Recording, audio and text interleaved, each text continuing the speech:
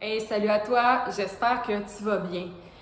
Si tu as vu mes vidéos précédentes, tu sais que je suis dans un périple pour essayer de démystifier les différents instruments qu'on utilise en acupuncture. Euh, Parce que le mythe est encore très tenace, même si l'acupuncture est de plus en plus connue, notamment au Québec, que l'aiguille est vraiment l'élément central des traitements. C'est en partie vrai, mais il y a beaucoup plus qui se trouve dans le coffre à outils des thérapeutes qui sont acupuncteurs. Peut-être que tu as déjà fait des traitements, donc tu as une idée de qu'est-ce qui peut être utilisé, de à quoi ça ressemble un traitement d'acupuncture. Peut-être que tu en as beaucoup entendu parler par des collègues de la famille, mais que tu n'as jamais vraiment comme osé faire le pas pour l'essayer toi-même. Ou ça se peut que tu fasses partie des gens, qui est quand même une bonne portion de ma patientèle, qui ont eu une moins bonne première expérience en acupuncture et qui désirent en apprendre davantage pour donner justement une deuxième chance à cette modalité thérapeutique-là qui peut être extrêmement puissante. Donc, si tu es curieux, curieuse d'en apprendre davantage sur l'acupuncture de manière générale, mais aussi les outils que j'utilise comme thérapeute, je t'invite à regarder cette vidéo-ci, également les 7 autres vidéos de cette série-ci. Tu as dû t'en rendre compte, bien entendu, que je m'appelle Audrey et dans la vie, je suis acupuncteur. Je suis une personne extrêmement colorée, comme tu peux le voir avec mon chandail, diversifiée, passionnée par ce qu'elle fait.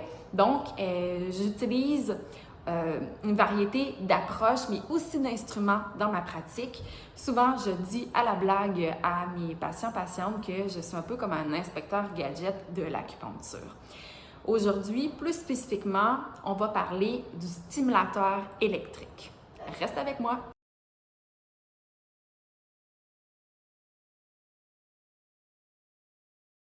Alors, le fameux stimulateur électrique, comment ça marche? Qu'est-ce que c'est exactement? Les gens me demandent souvent si c'est un peu la même chose que le TENS qui est utilisé par les physios.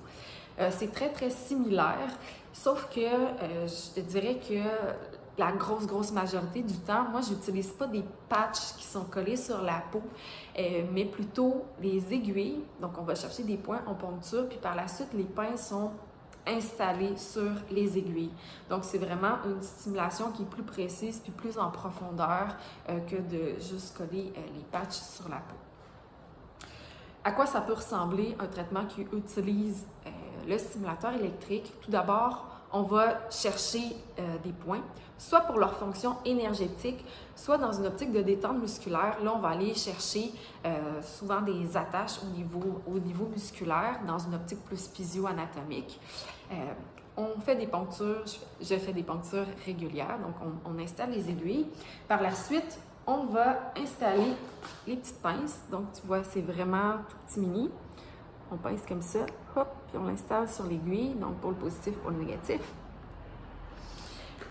Puis, par la suite, moi, je m'occupe de tout ce qui est paramétrage de qu'est-ce qu'on fait, quel type de courant, quelle intensité on envoie.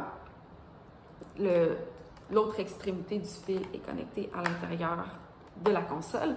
Et quand je commence à envoyer le courant, je le dis aux gens, puis c'est très progressif, hein? On sent rien, puis à un moment donné, on sent quelque chose. Souvent, ça commence comme un petit picotement, un petit pétillement sous la peau. Donc, les gens m'avertissent de ce moment-là et on va légèrement au-dessus de ça. Le but, ce n'est pas d'irriter davantage, surtout dans une optique de détente musculaire, où est-ce que on préfère que ce soit inconfortable, mais pas que ça soit douloureux comme stimulation. Le corps finit par s'habituer au courant, fait qu'on peut réajuster là, aux 5 à 10 minutes l'intensité du courant qu'on impulse au niveau des aiguilles et dépendamment du type de traitement qu'on fait également. Ça peut être une stimulation électrique qui varie de 5-10 minutes à 30, 35, 40 minutes. Pourquoi utiliser le stimulateur électrique plutôt qu'une stimulation manuelle? Très bonne question.